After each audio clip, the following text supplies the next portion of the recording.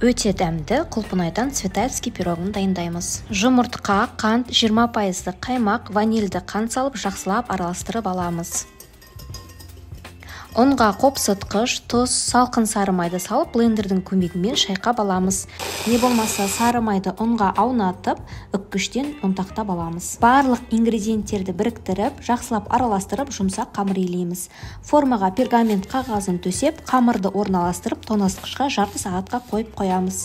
Заливкасына майлылығы 20% қаймақ, 2 жұмыртқа, қант, ванильді қант, жүгері крахмалын салып жақсылап араластырамыз. Құлпынайларды жақсылап жуып, кептіріп, тазалап бөліктерге бөлеміз. Үгілмелі пирог негізіне құлпынайлар бөліктерін салып, бетіне заливканы құямыз.